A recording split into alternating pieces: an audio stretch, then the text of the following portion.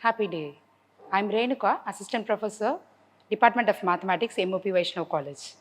Today's topic is about sequencing problems. Here, some n jobs and m machines will be given. The problem is to find out the optimal sequence such that the total elapsed time is minimum.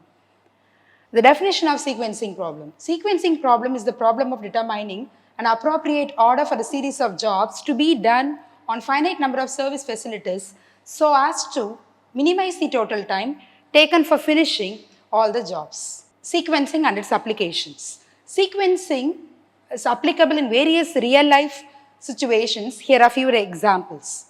Job scheduling in manufacturing industries. In manufacturing setting, determining the sequence in which jobs are processed on machines to minimize make span or maximize throughput is a common sequencing problem. Vehicle routing in logistics. Sequencing is crucial in logistics for optimizing delivery routes to minimize travel time, fuel consumption, or overall transportation costs. This is often encountered in courier services, distribution centers, and fleet management. Project scheduling in construction works. When managing construction projects, determining the sequence of tasks to minimize the project duration or cost is essential.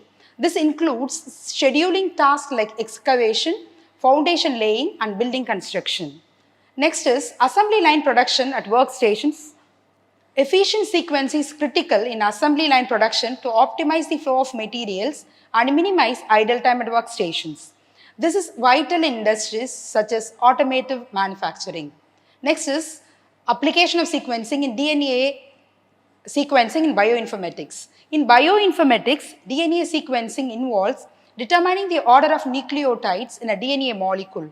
Algorithms are used to optimize the sequencing process, helping in tasks like genome mapping and genetic research. Job scheduling in computing environments. Task scheduling in computing environments such as scheduling process and operating systems or tasks in parallel computing involves sequencing to optimize resource utilization and overall system efficiency.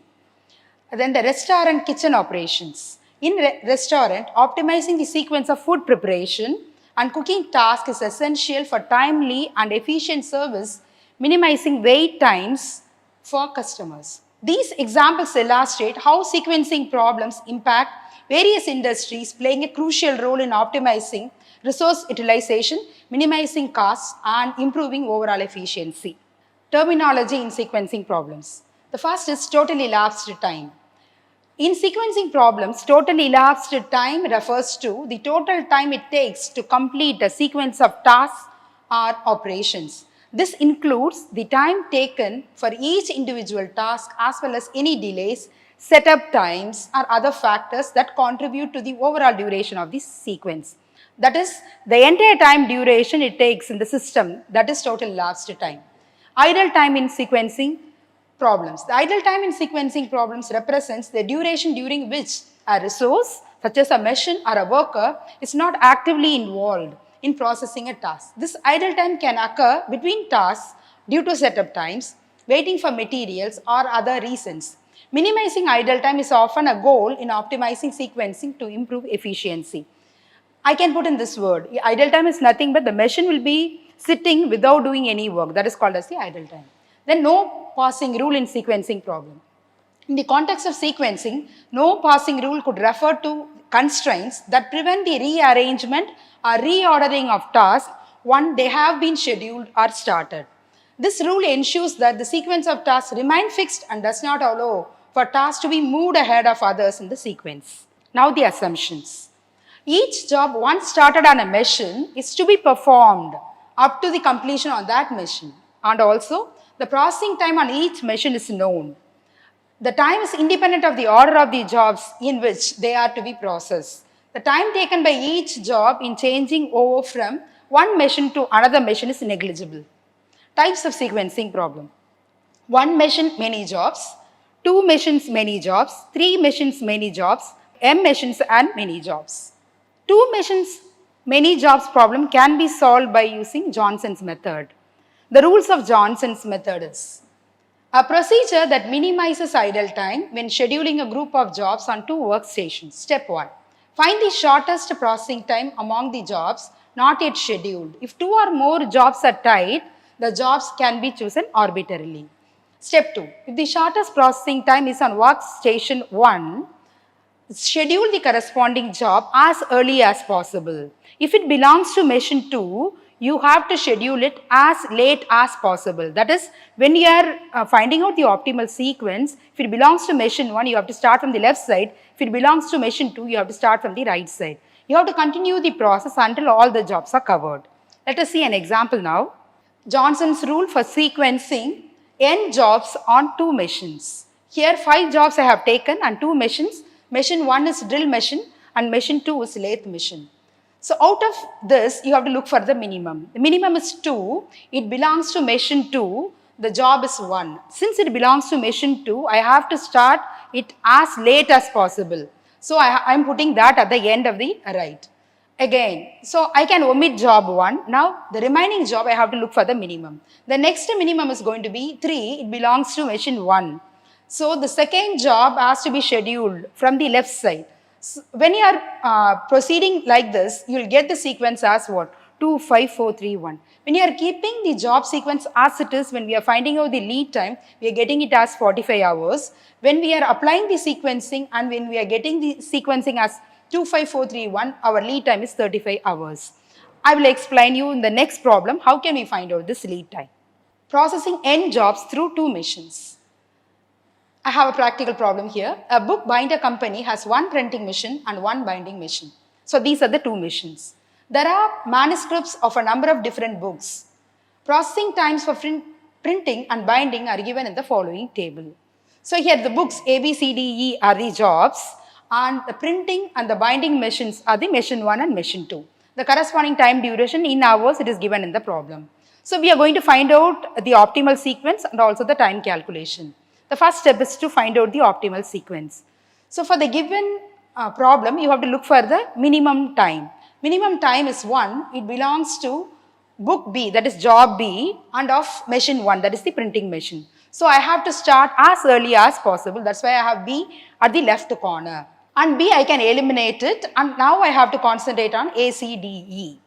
Now in A, C, D, E, now I have to look again for the minimum. Now I have the minimum as 2, binding machine, that is machine 2 and book A. So I have to schedule it as late as possible. That's why I have at the right corner the A. It's very similar when I am proceeding it, I'll get the optimal sequence. So B, D, C, E, A is the optimal sequence. Now let us see the time calculations. Now on the basis of this time sequence, optimal sequence, we construct the following table. So what is the sequence we found out? That is B, D, C, E, A. That has to be on the first column, B, D, C, E, A. Then the machine 1 is printing machine. The machine 2 is going to be the binding machine. We are going to find out time in and time out in each and every machine. Now I have the job B. Printing machine, it is free. So I can start at any time. Therefore, the time is going to be 0. Corresponding duration, I have to add it. So I can get the time out to be 1. Now, the same book B has to be processed in binding machine. So B is busy up to the first hour. So I can, the time in it should be first hour. So I have 1 there. The corresponding time duration of B in binding machine is 6. When I'm adding that with 1, I'm getting it as 7. Very similar for the job D. Either I can say it as job or a book D. So first I have to do it in printing machine. Printing machine is busy up to first hour. So I can start the processing of book D in printing machine at the first hours. That's why you are having 1. Corresponding time duration you have to add it. So 1 plus 3 you are getting it as 4. Again, now the same job D has to be done in binding also, binding machine. So what you have to do is here D job in printing machine, it's over by 4th hour. Binding machine, it is busy up to 7th hour. So out of these two, which is maximum, 7 is maximum. So that has to be put in time in. The corresponding duration, when we are adding it, we are getting it as 15. It's very similar. We have to do the job C in the printing machine.